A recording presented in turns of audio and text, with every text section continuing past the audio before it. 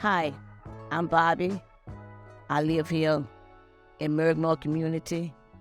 Um, I, I've been here for over about 32 years. I moved here with my first husband because he was the one that lived there. He was born here on the street. And so we got married and everything. And then a gorgeous neighbor, Miss Alice Keith, sold us this house. And we had 2 kids, and they was born and raised here.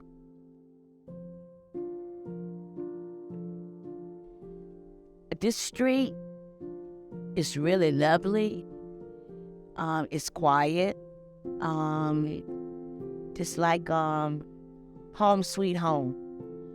And I enjoyed living on this street, living in this house. My kids does the same.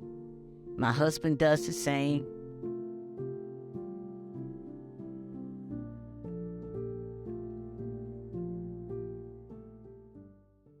Back in the days, in the early 90s, on up into the late, that the community with the elderly people, which back then were grandmoms and granddads, they took care of my kids.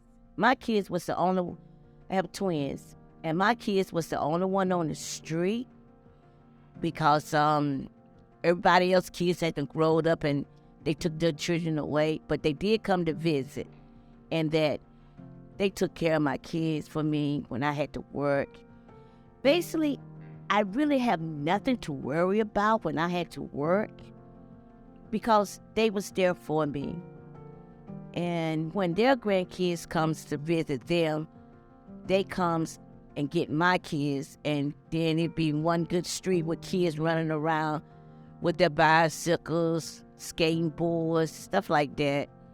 And they would ride their bikes all up on Cheap Road and in the back of militaries. They had a wonderful time. And the elderly people had gardens. We had gardens out here. We had horses out here. I mean, actually, really, horses. And everything was back in them days was really, really, really beautiful. It was something that we never had to worry about.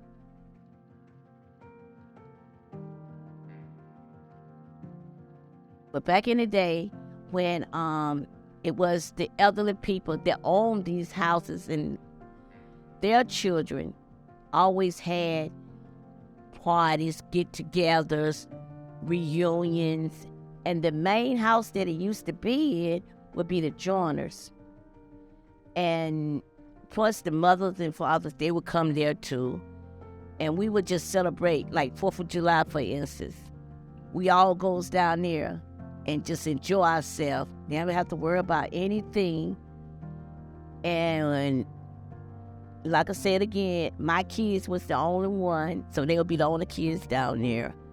And that we just come out, we make food wise. We sit down and laugh and joke. And and music. And we do cards, and the guys always did horseshoes. It's a back in the back of there, they made a trail.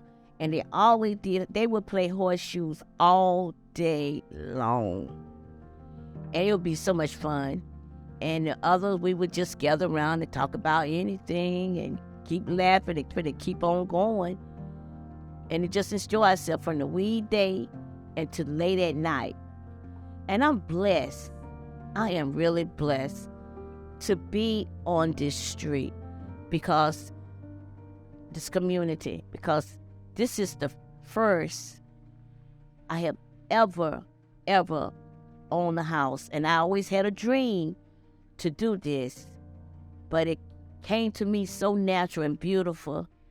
I couldn't do nothing but take it in stride and do what I should be doing to keep it up or whatever. Yeah, it has been a struggle, but we're making it. We're making it.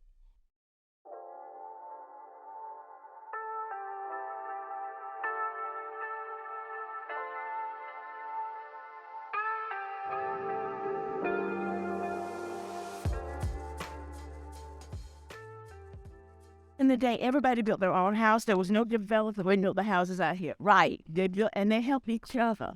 They sure did. Owned the auto body shop that used to be down Here on Cheek Road. Where the Brown house is at now? Yeah. They used to be all his too. And There was rental property down there too. right. Corn and wheat. All of that. Yeah. And they did have an area, huh? Wilkersons owned that property. And they used to have an open space where, like I said, my kids and the grandkids would go through there and ride their bikes and stuff like that. Yeah. And the people back in them days that lived over there when they had built it, they didn't mind. No. They didn't mind at all. The older section of the lawn Yeah. versus the newer section. And so They didn't. they would pass and the kids ride their mini bikes and just Yeah. play. Yeah. You know, we used to always, when I was a little girl, we used to play out. Because we didn't never want our kids to go out on Cheek Road. Right, so we would play back. Kids in this area. Well, right here, it used to be nothing but trees and woods.